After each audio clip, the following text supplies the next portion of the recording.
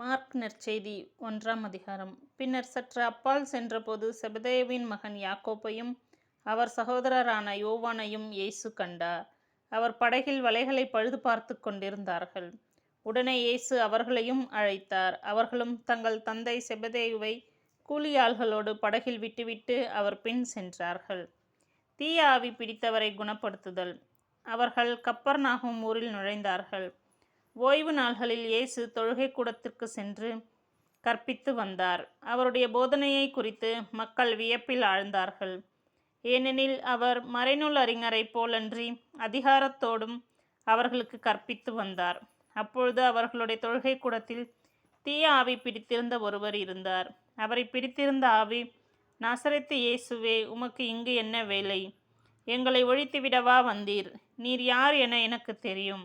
நீர் கடவுளுக்கு அர்ப்பணமானவர் என்று கத்தியது. வாயை மூடு, இவரை விட்டு வெளியே போ என்று இயேசு அதனை அதட்டினார். அப்பொழுது அத்தீய ஆவி அம்மனிதருக்கு வலிப்பு உண்டாக்கி பெருங்கூச்சலிட்டு அவரை விட்டு வெளியேறிற்று. அவர்கள் அனைவரும் திகைப்புற்று, இது என்ன? இது அதிகாரம் கொண்ட புதிய போதனையாயிருக்கிறதே. இவர் தீய ஆவிகளுக்கும் கட்டளையிடுகிறார், அவையும் இவருக்கு கீழ்ப்படுகின்றனவே என்று தங்களிடையே பேசிக்கொண்டனர்.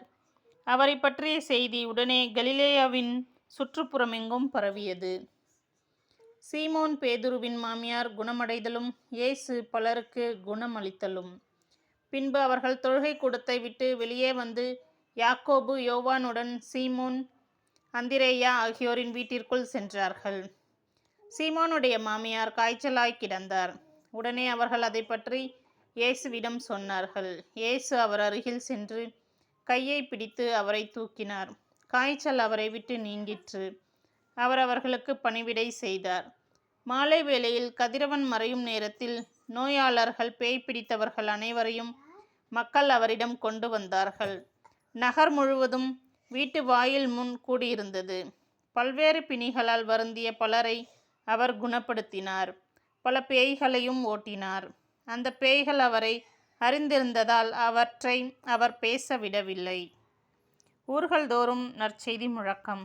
இயேசு விடியற்காலை கருக்களில் எழுந்து தனிமையான ஓரிடத்திற்கு புறப்பட்டு சென்றார். அங்கு